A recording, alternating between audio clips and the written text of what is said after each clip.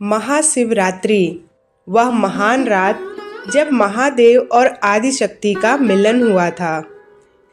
क्या आपने कभी सोचा है कि शिवरात्रि के इस पावन अवसर पर भक्त अमरनाथ की कथा को इतना महत्व क्यों देते हैं? आखिर इस गुफा का नाम अमरनाथ पड़ा क्यों? और वो दो सफ़ेद कबूतर कौन हैं जो सदियों से इस निर्जन बर्फानी गुफा में देखे जाते हैं?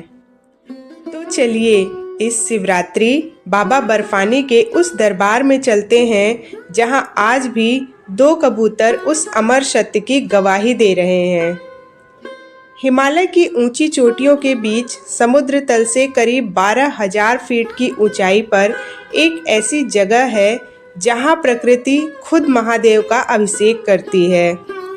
अमरनाथ गुफा यह सिर्फ एक तीर्थ स्थल नहीं है, बल्कि एक ऐसा द्वार है जहां समय ठहर जाता है। लाखों लोग हर साल बाबा बर्फानी के दर्शन के लिए दुर्गम रास्तों को पार करते हैं।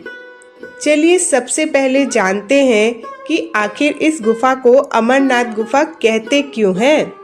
तो इसका कारण यह है कि इसी निर्जन गुफा में महादेव ने अपनी पत्नी पार्वती को अमर कथा सुनाई थी। यह एक बहुत ही दिलचस्प कथा है। यह कहानी शुरू होती है माता पार्वती की एक जिज्ञासा से। एक बार माता पार्वती ने भगवान शिव से पूछा, हे स्वामी, आप अजर अमर हैं, लेकिन मुझे बार बार जन्म लेना पड़ता है और कठिन तपस्या के बाद फिर से आपको प्राप्त करना पड़ता है। आपकी अमरता का रहस्य क्या है?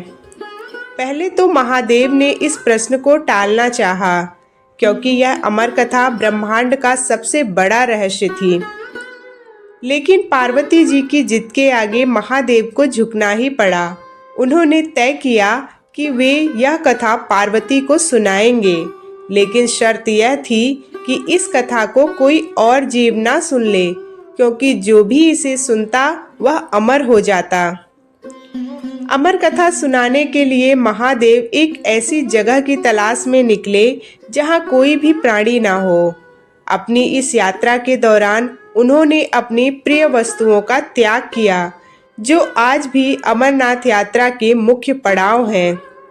पहला है पहलगाम, जहां उन्होंने अपने नंदी का त्याग किया। दूसरा है चंदनबाड़ी, जहां उन्होंने अपनी जटाओं से चंद्रमा को उतारा। तीसरा है शेषनाग, जहां उन्होंने अपने गले से नाग को छोड़ा।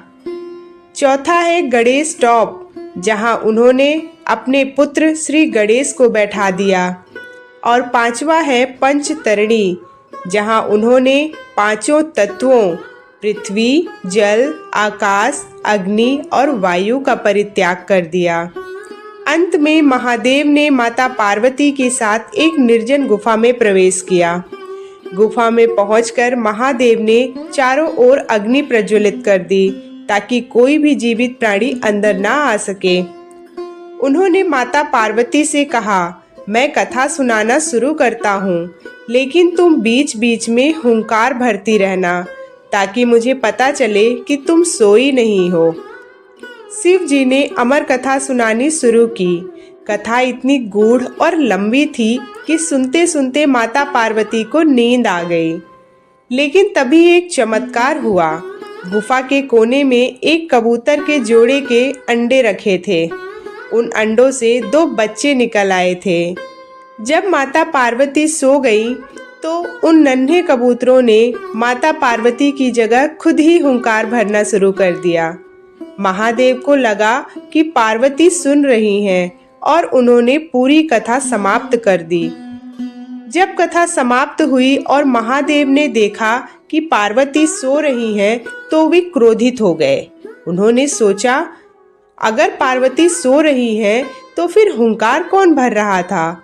तभी उनकी दृष्टि उन दो कबूतरों पर पड़ी।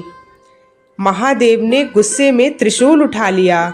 वे उन कबूतरों को दंड देना चाहते थे, लेकिन तभी उन कबूतरों ने हाथ जोड़कर कहा, हे प्रभु, हमने आपकी अमर कथा सुन ली है। यदि आप हमें मार देंगे तो आपकी यह कथा झूठी हो जाएगी, क्योंकि अमर कथा सुनने वाला तो कभी मर ही नहीं सकता। भगवान शिव मुस्कुराए। उन्होंने सत्य को स्वीकार किया और उन कबूतरों को वरदान दिया कि वे युगों युगों तक इसी गुफा में महादेव और माता पार्वती के प्रतीक के रूप में वास करेंगे। इसीलिए आज भी जब अमरनाथ की गुफा के कपाट खुलते हैं तो भक्तों को वहां कबूतरों का एक जोड़ा दिखाई देता है। वैज्ञानिकों के लिए यह आज भी एक शोध का विषय है कि 12,000 फीट की ऊंचाई, जहां ऑक्सीजन की भारी कमी है और खाने के लिए कुछ भी नहीं है, वहां ये पक्षी जीवित कैसे रहते हैं। ऐसी दुर्गम परिस्थितियों में कबूतरों का दिखना जैविक रूप से भी चुनौतीपूर्ण है। जीव विज्ञान के अनुसार पक्षियों का श्वसन तंत्र मनुष्यों की तुलना में कहीं अधिक कुशल होता है। वैज्ञानिकों का मानना है कि ये कबूतर पास की घाटियों से भोजन और आश्रय की तलाश में गुफा तक आते होंगे और तीर्थयात्रियों द्वारा चढ़ाए गए अनाज पर जीवित रहते होंगे।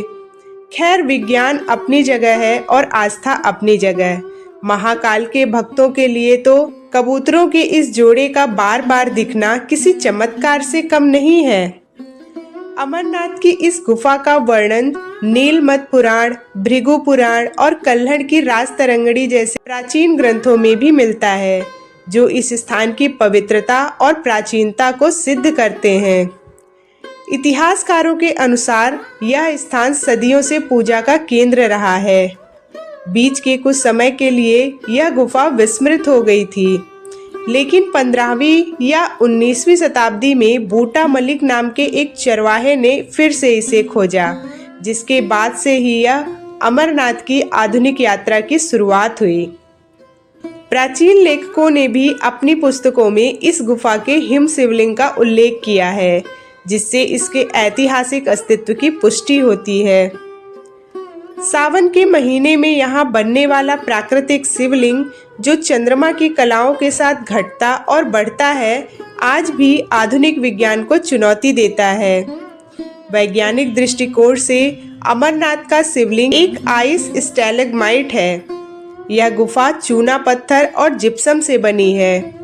गुफा की छत की दरारों से पानी की बूंदें टपकती हैं और चूंकि गुफा के अंदर का तापमान साल भर शून्य से नीचे रहता है, ये बूंदें जमीन पर गिरते ही जमने लगती हैं और धीरे धीरे यह बर्फ एक स्तंभ का आकार ले लेता है, जिसे हम शिवलिंग के रूप में पूजते हैं।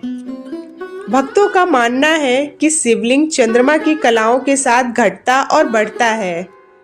विज्ञान के अनुसार गर्मी के महीनों में जब ऊपर के पहाड़ों की बर्फ पिघलती है तो गुफा की छत से पानी का रिसाव बढ़ जाता है, जिससे शिवलिंग का आकार बड़ा हो जाता है। सर्दियों में पानी का स्रोत जम जाने के कारण शिवलिंग धीरे धीरे लुप्त हो जाता है।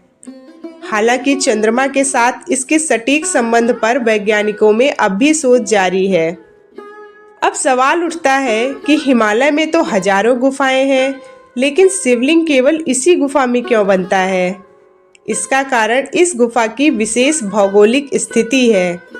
गुफा का मुंह इस तरह से है कि सीधी धूप अंदर तक नहीं पहुंच पाती है, जिससे वहां का तापमान स्थिर रहता है और बर्फ पिघलने के बजाय जमी रहती है।